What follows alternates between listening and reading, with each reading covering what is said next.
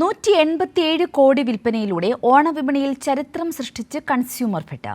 കഴിഞ്ഞ വർഷത്തേക്കാൾ 62 കോടിയുടെ അധിക വിൽപ്പനയാണ് ഇത്തവണ നടന്നത്. വിലക്കയറ്റം പിടിച്ചു നിർത്തുന്നതിൽ കൺസ്യൂമർ ഫെഡ് ഓണച്ചന്തകൾ പ്രധാന പങ്കുവഹിച്ചെന്ന് ചെയർമാൻ PM ഇസ്മയിൽ അറിയിച്ചു.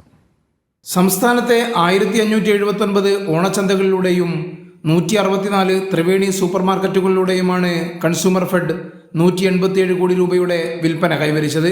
13 ഇനം നിത്യോപയോഗ സാധനങ്ങൾ സർക്കാർ സബ്സിഡിയോടുകൂടിയും മറ്റുള്ളവ 10 മുതൽ 40% വരെ വിലക്കുറവിലുമാണ് വിപണിയിലെത്തിച്ചത്. സർക്കാർ സബ്സിഡിയോടെയുള്ള 110 കോടിയുടെ 13 ഇനം സാധനങ്ങളും 77 കോടി രൂപയുടെ മറ്റ് നിത്യോപയോഗ സാധനങ്ങളുമാണ് ഓണച്ചന്തയിലൂടെ വിൽപ്പന നടത്തിയത്. ജയ, കുറുവ, മട്ട അരികൾ കിലോയ്ക്ക് 33 രൂപയ്ക്ക് ജനങ്ങളിലെത്തി. 15 ലക്ഷം കുടുംബങ്ങളിലേക്ക് 9536.28 ടൺ അരിയാണ് ഓണച്ചന്തകളിലൂടെ ആശ്വാസവിലയ്ക്ക് ലഭ്യമാക്കിയത്. 1139 ടൺ പഞ്ചസാര, 800 ടൺ ചെറുപയർ, 875 ടൺ ഉഴുന്ന്, 13 ലക്ഷം ലിറ്റർ വെളിച്ചെണ്ണ എന്നിവയും ഓണച്ചന്തകളിലൂടെ സബ്സിഡി നിരക്കിൽ നൽകി. ലിറ്ററിന് 339 രൂപ നിരക്കിലാണ് വെളിച്ചെണ്ണ വിപണിയിലെത്തിയത്.